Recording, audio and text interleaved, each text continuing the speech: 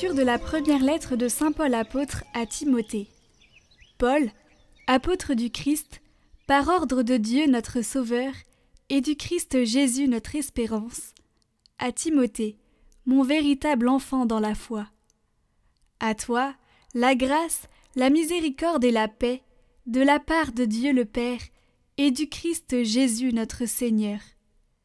Je suis plein de gratitude envers celui qui me donne la force, le Christ Jésus notre Seigneur, car il m'a estimé digne de confiance lorsqu'il m'a chargé du ministère, moi qui étais autrefois blasphémateur, persécuteur, violent.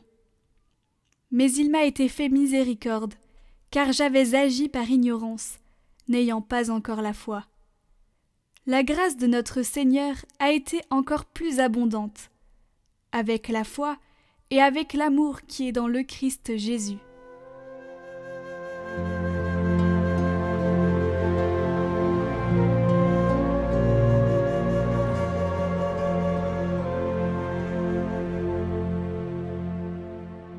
Seigneur, mon partage et ma coupe. Garde-moi, mon Dieu, j'ai fait de toi mon refuge. J'ai dit au Seigneur, tu es mon Dieu. Seigneur, mon partage et ma coupe, de toi dépend mon sort. Je bénis le Seigneur qui me conseille, même la nuit mon cœur m'avertit. Je garde le Seigneur devant moi sans relâche, il est à ma droite, je suis inébranlable. Tu m'apprends le chemin de la vie, devant ta face, débordement de joie, à ta droite, éternité de délices.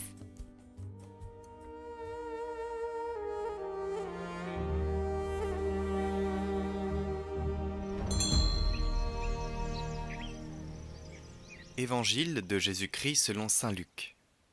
En ce temps-là, Jésus disait à ses disciples en parabole : « Un aveugle peut-il guider un autre aveugle ? Ne vont-ils pas tomber tous les deux dans un trou ? Le disciple n'est pas au-dessus du maître, mais une fois bien formé, chacun sera comme son maître. Qu'as-tu à regarder la paille dans l'œil de ton frère, alors que la poutre qui est dans ton œil à toi, tu ne la remarques pas ? Comment peux-tu dire à ton frère : « Frère, laisse-moi enlever la paille qui est dans ton œil, alors que toi-même ne vois pas la poutre qui est dans le tien ? Hypocrite, enlève d'abord la poutre de ton œil, alors tu verras clair pour enlever la paille qui est dans l'œil de ton frère. »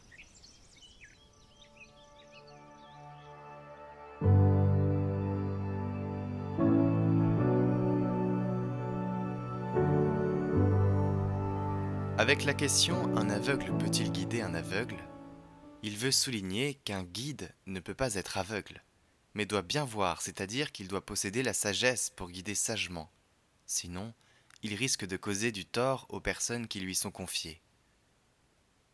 Jésus attire ainsi l'attention de ceux qui ont des responsabilités éducatives ou de direction, les pasteurs d'âme, les autorités publiques, les législateurs, les enseignants, les parents, les exhortant à être conscients de leur rôle délicat et à toujours discerner le bon chemin sur lequel conduire les personnes.